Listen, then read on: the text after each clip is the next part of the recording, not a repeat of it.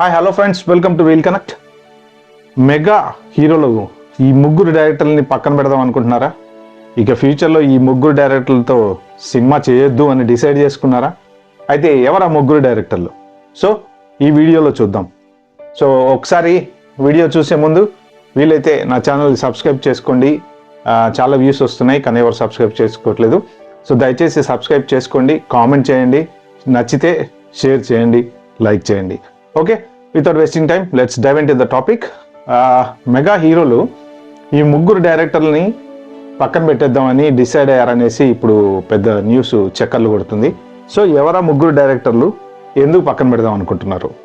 So బేసిక్గా F2 release అయిన ఇయర్లోనే same Ram Charan movie release అయింది, Vinaya Vidheya Rama. So Vinaya Vidheya Rama utter flop, ఆ పక్క F2 సూపర్ హిట్. సో అలానే సేమ్ అగైన్ 2025లో సంక్రాంతికి వస్తున్నాం హిట్ అయింది, గేమ్ చేంజర్ ఫ్లాప్ అయింది. బేసిక్గా చెప్పాలంటే గేమ్ చేంజర్ పర్పస్ఫుల్గా ఫ్లాప్ చేశారు కానీ అది మంచి సినిమాయే. కాకపోతే ఎందుకో కొన్ని ఇబ్బందుల వల్ల అది సక్సెస్ కాలేకపోయింది. ఏది ఏమైనా ఫ్లాప్. ఓకే, సో ఈ రెండు సినిమాలు ఒక రకంగా చెప్పాలంటే Ram చరణ్కి దెబ్బే. So Vinaya Vidheya Rama utter flop అవడంతో బోయపాటి సీన్ని దూరం పెట్టాలని చెప్పేసి వీళ్ళు అనుకున్నారు. సో ఈ మెగా హీరోలు ఎవరు కూడా బోయపాటి సీన్తో సినిమా తీయొద్దు అని అనుకుంటున్నారు. సో అలాగే ఇంకొక డైరెక్టర్ కొరటాల శివతో కూడా మంచి చేదు అనుభవం ఎదురైంది. ఆచార్య సినిమా అట్టర్ ఫ్లాప్, మామూలు ఫ్లాప్ కూడా కాదు. అసలు ఆచార్య సినిమా ఒక్కరోజు కూడా నడవలేదు, అనుకున్నంత సక్సెస్ని ఇవ్వలేదు. చిరంజీవి ప్లస్ రామ్ చరణ్ ఇద్దరి కాంబినేషన్లో వచ్చిన సినిమా ఒక రేంజ్లో ఉండాలి, మరి ఆడియన్స్ని చాలా అప్సెట్ చేసింది. ఎంతసేపటికి ఆ పాదఘట్టం తప్ప వేరే డైలాగ్స్ ఏం లేవు దాంట్లో.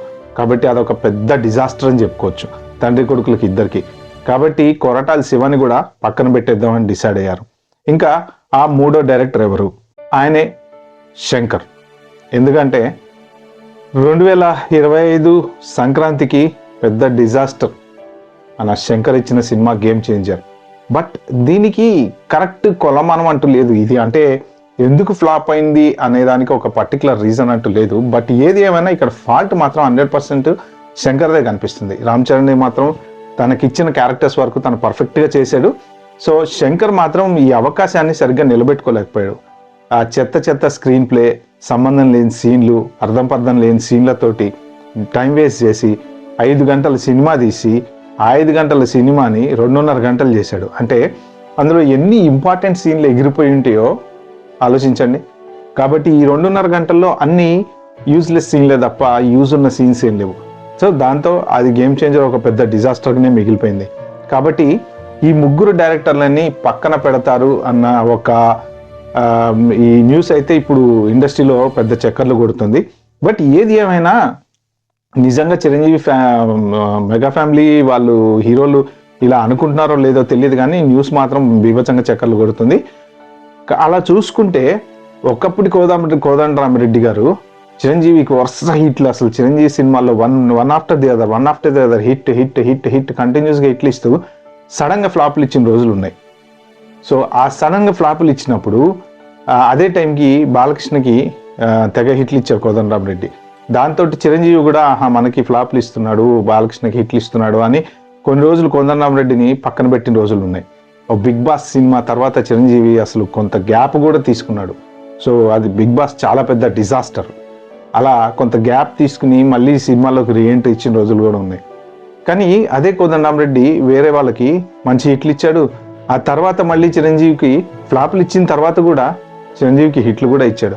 సో అంటే ఒక డైరెక్టర్, సక్సెస్ఫుల్ డైరెక్టర్ అనేది తీసిన ప్రతి సినిమా హిట్ అవుతుందని ఏం లేదు. అలాగే ఈ హీరో ఉంటేనే హిట్ అవుతుందని ఏం లేదు.